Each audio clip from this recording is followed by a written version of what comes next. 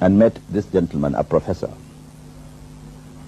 This gentleman told him that he knew why we were out. We wanted to get support and sympathy for Nigeria and to explain the federal course to the international community.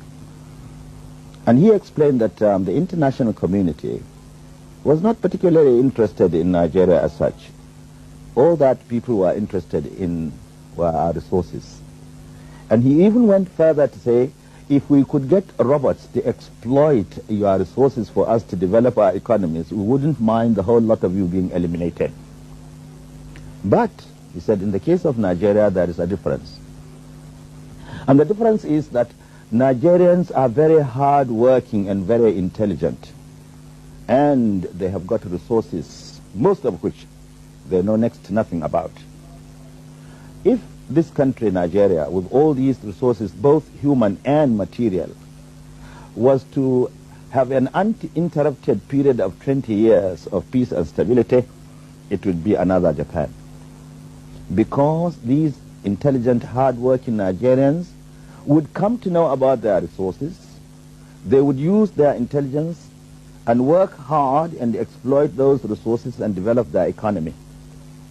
A developing economy needs a market, he said. In our own case, you have no problem with the market. Your population is large enough to provide the market that you need.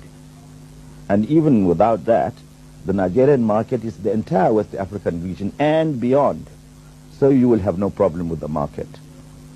Therefore, if you are given an uninterrupted period of 20 years of peace and stability, you would become another Japan, you would threaten our economy, you would be a thorn in our flesh.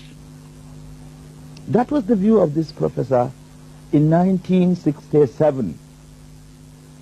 And he therefore ended by saying that even after the Civil War, we will not allow you to rest. We will create one problem after another for you.